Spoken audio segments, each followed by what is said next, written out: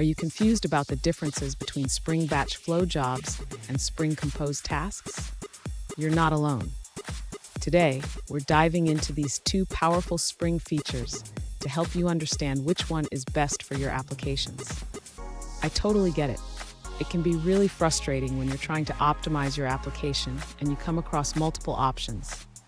Many developers face this dilemma, and it's important to choose the right tool for the job.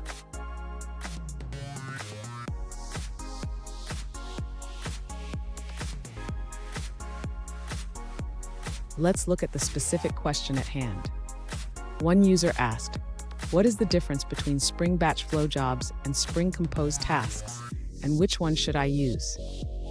This is a great question, and it's essential to understand the context behind both options. To understand the differences, we need to break down what each of these tools does. Spring Batch flow jobs are designed for complex batch processing, allowing you to define a series of steps and manage their execution flow. On the other hand, Spring Compose tasks are more about orchestrating multiple tasks in a simpler way. Stay with me, because by the end of this video, you'll not only know the differences, but also which one is best suited for your specific needs.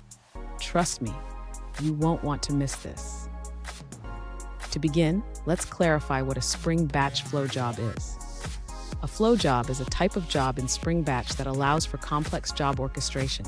It consists of multiple steps that can be executed in a specific sequence or in parallel, providing flexibility in job execution. On the other hand, a Spring Composed task is designed for simpler, reusable tasks. It allows users to define a task that can be composed with other tasks, making it easier to manage and reuse code across different jobs. Now, let's discuss the differences between the two. Flow jobs are more suited for complex workflows that require detailed control over the execution order and conditions.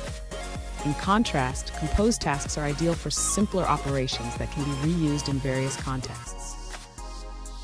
When deciding which is best for the user's application, it depends on the complexity of the tasks. If the user needs to manage intricate workflows with multiple dependencies, a flow job is the better choice. However, if the user is looking for simplicity and reusability, then a compose task would be more appropriate. In summary, both Spring Batch flow jobs and compose tasks have their unique advantages. The user should evaluate their specific needs to determine which approach aligns best with their application requirements. Fun fact, did you know that Spring Batch was originally developed for processing large volumes of data? It's evolved significantly, but its core purpose remains the same. Now, let's look at the answers provided by other users.